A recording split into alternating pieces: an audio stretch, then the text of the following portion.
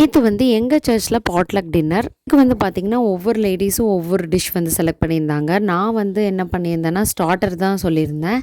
So ஸ்டார்ட்டருக்கு வந்து நான் என்ன சூஸ் பண்ணியிருந்தேன்னா சிக்கன் கட்லெட் தான்.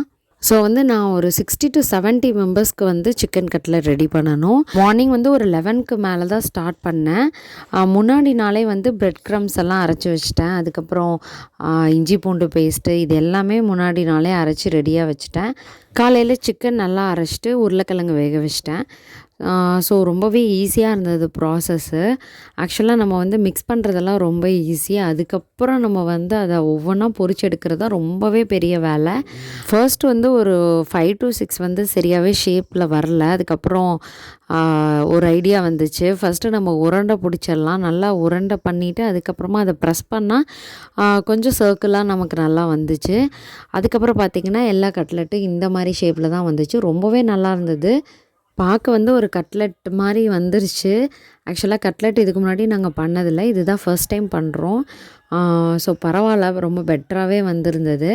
டோட்டலாக ஒரு 80 கட்லெட்ஸ் பக்கம் செஞ்சுருப்போம். ஸோ அதில் ஒரு 5 மட்டும் எடுத்துகிட்டு நாங்கள் லஞ்சுக்கு எல்லோரும் நாங்கள் சாப்பிட்டுட்டோம். நடுவில் அப்புறம் செய்யும் போதும் கொஞ்சம் சாப்பிட்டாச்சு. லாஸ்ட்டாக வந்து ஒரு 75 கட்லெட்ஸ் வந்து நாங்கள் பேக் பண்ணிட்டோம்.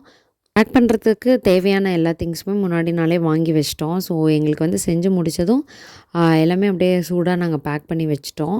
எங்கள் சர்ச்சில் பார்த்திங்கன்னா கிறிஸ்மஸ் சர்வீஸ் வந்து இன்றைக்கி 24th ஈவினிங்கு. ஸோ வந்து சர்வீஸ் முடிஞ்சதுக்கப்புறம் டின்னர். ஸோ வந்து டின்னருக்கு தான் எல்லோரும் இன்றைக்கி பாட்லக் பண்ணியிருக்காங்க.